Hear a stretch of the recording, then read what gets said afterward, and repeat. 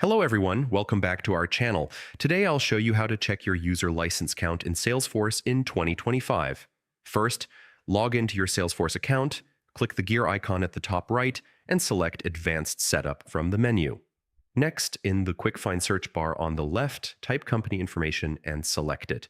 This section contains important details about your Salesforce organization, including your license usage. Scroll down to the User Licenses section. Here, you'll see a clear breakdown of your licenses.